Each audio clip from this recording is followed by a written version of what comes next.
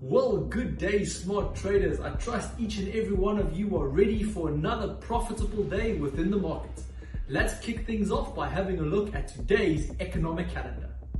During last week's trade, uncertainty prevailed in the financial markets following the release of the Fed meeting minutes, which suggested that the Fed will need to continue its rate hike campaign to cool inflation.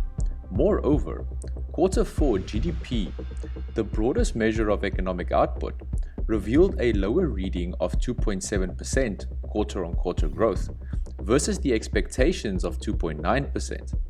Additionally, jobless claims came in below expectations at 192,000 versus the estimated 200,000.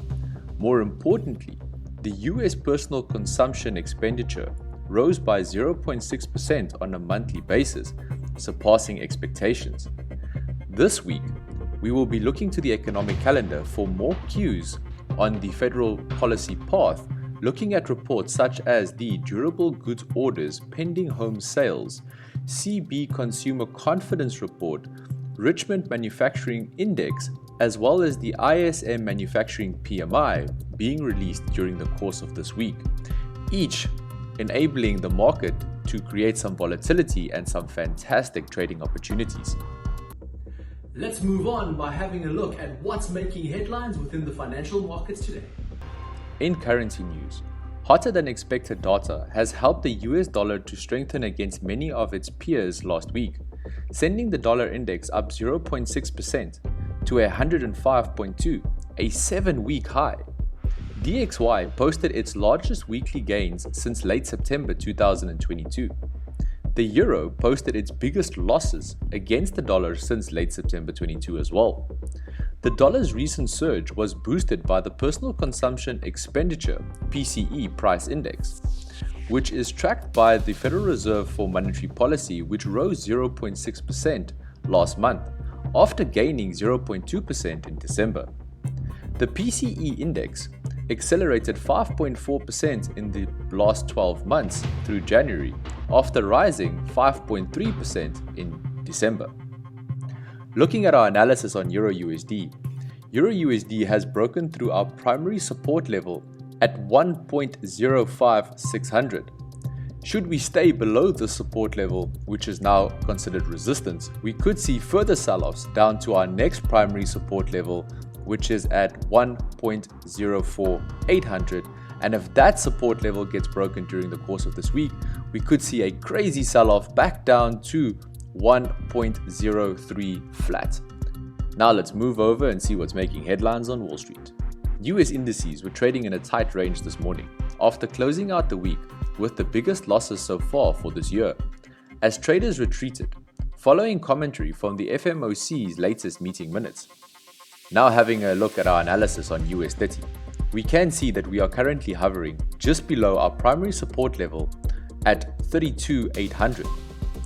Should this level be respected and we stay below this support level, which is now considered resistance, we could see a further sell-off back down to our next primary support level at 32,000 flat, which would be a massive decline on this specific index during the course of this week.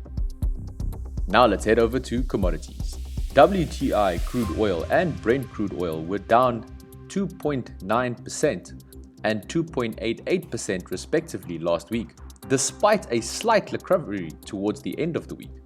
WTI crude prices hit a weekly low at $73.86 per barrel. Oil prices declined during the week from another substantial surplus in stockpiles of 7.6 million barrels. Despite plans from Russia to cut oil exports, a stronger dollar outweighed any optimism. Oil prices inched lower in volatile trade this morning as well, as that stronger dollar and fears of recession risk offset gains that arose last week Friday from Russia's plans to deepen oil supply cuts. Looking at our analysis on crude oil, we can see that we have still not been able to breach that $77 a barrel level, and that resistance level remains strong. Should we see a close below our primary EMAs, and that close roughly around that $75.5 a barrel level, we could see a potential sell-off back down to that $73 a barrel level. Gold prices are also down more than 5% over the past month, trading around that 1810 level. Initially, gold prices saw some relief after US GDP fourth quarter was revised slightly lower. However, inflation data came in hot, with the core price index coming in at plus 0.6%. For now, gold prices are seen to be retreating towards that 1800 level, and possibly even lower towards that 200-day moving average at 1780.